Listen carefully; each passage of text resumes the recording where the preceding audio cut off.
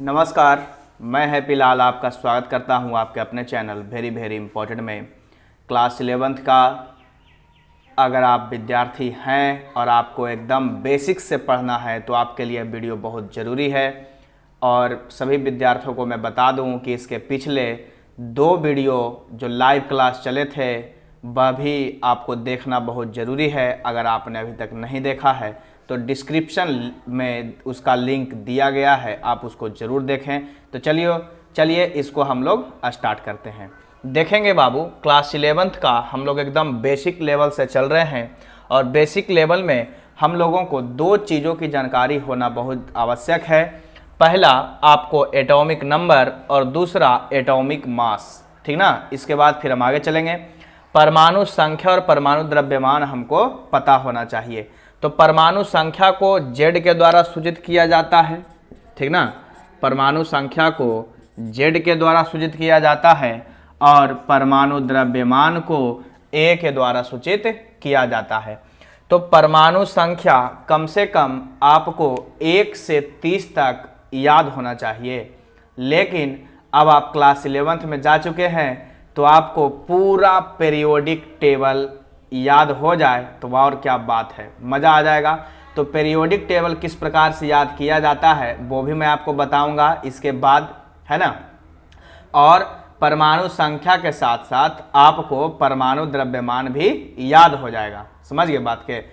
तो जब अब देखिए कितना मज़ा आएगा, जो पहले इसको समझ लेते हैं और देखेंगे कि यहाँ जो ज़रूरत अभी कुछ पड़ेगा क्लास 11th और क्लास 12th में, ज़्यादातर इन्हीं तत्वों का उपयोग होता है, इसलिए मैंने उनको यहाँ पर लिख दिया है ताकि आप उसको याद कर लें। देखेंगे H से हाइड्रोजन, इसका परमाणु संख्या 1 और परमाणु द्रव्यमान भी 1 होता है। अब इन दोनों को इस प्रकार से हम लोग दर्शा सकते हैं, जैसे हाइड्रोजन लिख दिए परमाणु संख्या 1, तो परमाणु संख्या को नीचे लिखते हैं। परमाणु द्रव्यमान भी 1, तो द्रव्यमान को ऊपर लिखते हैं। कहीं कहीं पर यहाँ लिखा होगा या आप देखते होंगे इसके ऊपर लिखा होता है, ठीक है, तो आप लिख सकते हैं। तो यहाँ हो गया Z, ठीक ना, और यह क्या हो गया A। क्लियर है। नीचे परमाणु संख्या, ऊपर परमाणु द्रव्यमान। यहाँ तक तो समझ गए। अब देखिए हाइड्रोजन का 1 परमाणु संख्या, परमाणु द्रव्यमान भी 1 होता है। अगर आप परमाणु संख्या 1 से 30 तक याद नहीं करने आता है तो वो भी मैं आपको सिखा दिया हूँ, उसका मैंने आपको डिस्क्रिप्शन में लिंक दिया, उसको देख लेंगे कि ऐसे इस प्रकार से जैसे hydrogen, helium, lithium, beryllium, boron, carbon, इस प्रकार से है। तो ऐसे याद करते हैं कि हाई, जैसे हाई से हाइड्रोजन, He तो इसको करेंगे हेलो यानी कि हीलियम, है ना। Li से लिथियम तो इसको याद करेंगे लिली, हाय, हेलो, लिली, बेटा, है ना। इस प्रकार से बहुत सारे हैं। तो उसका थोड़ा सा ट्रिक जो है वो मैं आपको बता चुका हूँ। अगर आप चाहे तो उसको डिस्क्रिप्शन में देख सकते हैं। अब कहिएगा डिस्क्रिप्शन क्या है, तो मैं बता दूं कि जहाँ पर लिखा हुआ है उसके जस्ट नीचे एक तीर का निशान है, वहाँ पर आप जब क्लिक कीजिएगा तो पूरा का पूरा नीचे जो लिखा हुआ है उसको मिल जाएगा। दूसरा, कार्बन को जानना होगा, परमाणु संख्या 6, द्रव्यमान 12, नाइट्रोजन 7, द्रव्यमान 14, ऑक्सीजन 8, द्रव्यमान 16। अब कहिए कि इसको याद कैसे करेंगे, तो वो भी बता दें कि 1 से 20 तक याद रखिएगा। 1 से 20 तक खास करके स्पेशल बता रहे हैं, 1 से 20 तक हम लोग को ज़्यादा प्रयोग आता है, ठीक ना। तो उसको याद करिएगा बउआ कि जिसका परमाणु संख्या क्या हो, विषम हो, परमाणु संख्या विषम हो तो दुगना करके कितना जोड़ना है, दुगना। जैसे देखिएगा परमाणु संख्या, कुछ चीज इसमें अपवाद भी है, जैसे हाइड्रोजन में परमाणु संख्या 1 तो द्रव्यमान भी 1, कार्बन के परमाणु संख्या 6, परमाणु द्रव्यमान 12। तो देखिए इसमें 1 के 1 हो गया, इसमें क्या हो गया, दोगुना हो गया। लेकिन जैसे ही कुछ तत्व जो है धातु है, जैसे सोडियम, सोडियम क्या है, धातु, तो 11 का द्रव्यमान कितना आ रहा है, 23। तो 1 से लेकर के 20 तक अगर कोई धातु आता है तो विषम संख्या यानी कि 11 जैसे है तो दुगना करके 1 जोड़ दीजिएगा। तो 11 दूनी 22, 22 और 1 23 आ गया। जैसे सोडियम के बाद देखिए एल्युमिनियम 13 दूनी 26, 26 और 1 27। तो कई सारे ऐसे हैं जो आपको याद हो जाएगा, लेकिन कुछ अपवाद भी हैं जो कि आपको दिक्कत पहुंचा सकता है, इसलिए उसको आसानी पूर्वक समझिएगा और याद करने का प्रयास कीजिएगा। और जो ये सब सम संख्या है सब में दुगना होगा। 6 दूनी 12, 8 दूनी 16, 12 दूनी 24, 16 दूनी 32, ठीक ना।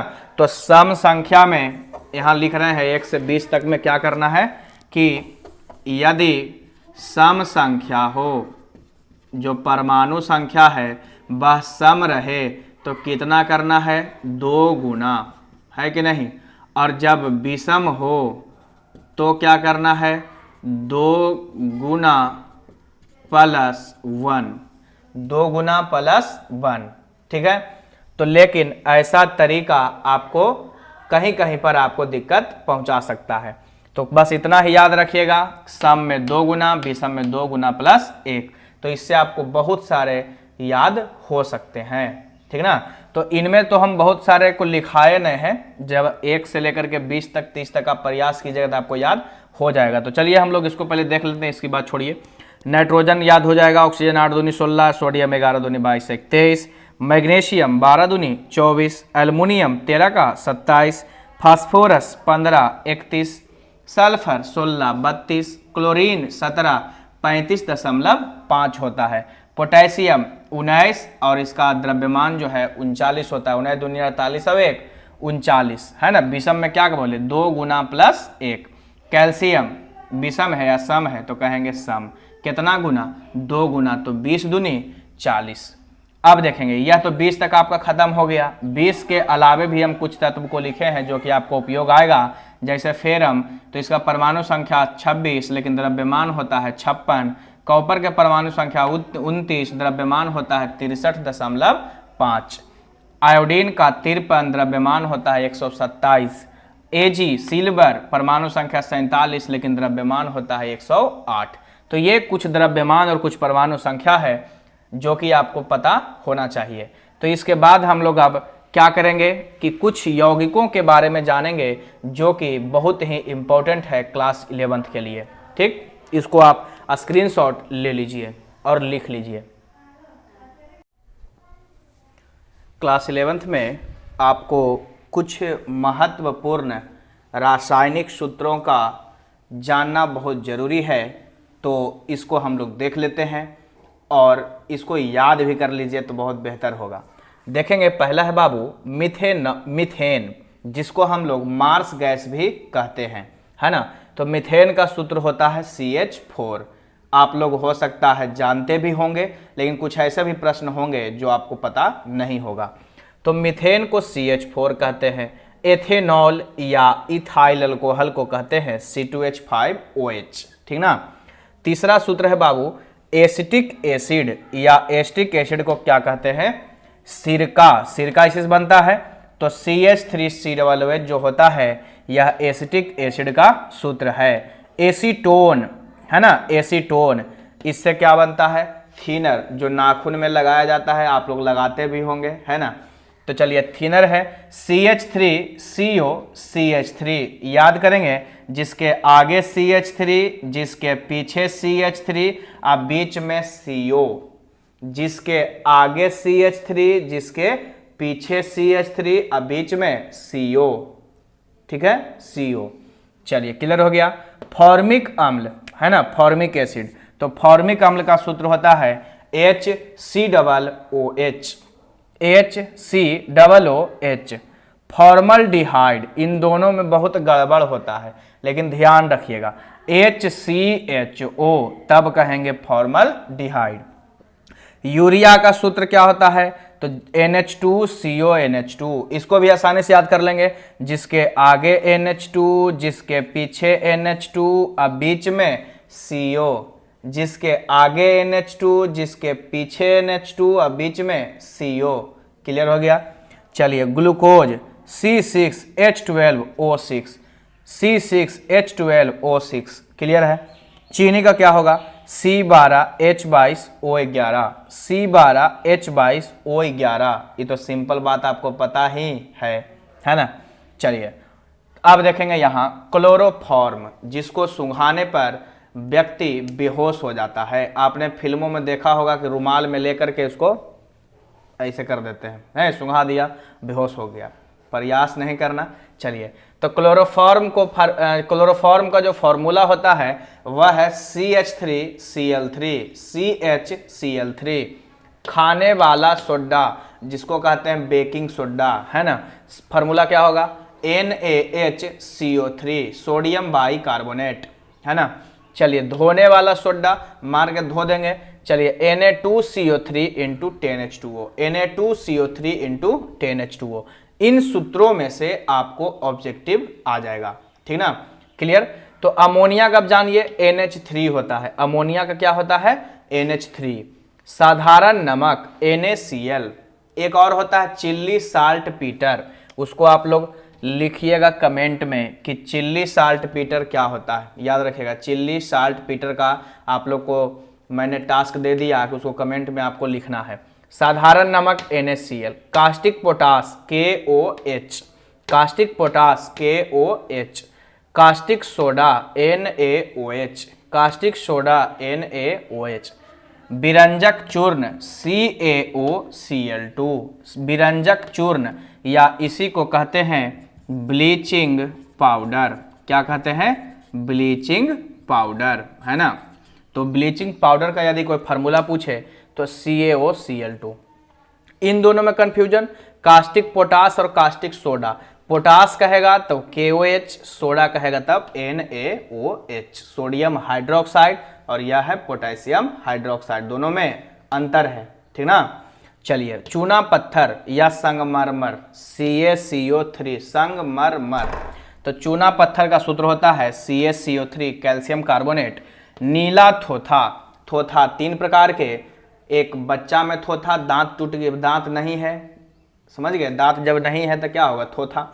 चलिए, उसके बाद मान लीजिए बच्चा के बाद फिर थोड़ा सा उम्र हुआ तो उस समय दांत टूट गया, फिर बूढ़ा में टूटेगा। तो 3 तरह का थोथा, इस यहाँ भी हमने 3 तरह का थोथा का चर्चा किया है। यह देखिए, नीला थोथा, हरा थोथा, उजला थोथा, कशिश भी कहते हैं, तूतिया भी कहते हैं। तो नीला थोथा का सूत्र होता है CuSO4 into 5H2O, copper sulphate into 5H2O। हरा थोथा FeSO4 इंटू 7H2O। उजला थोथा ZnSO4 इंटू 7H2O।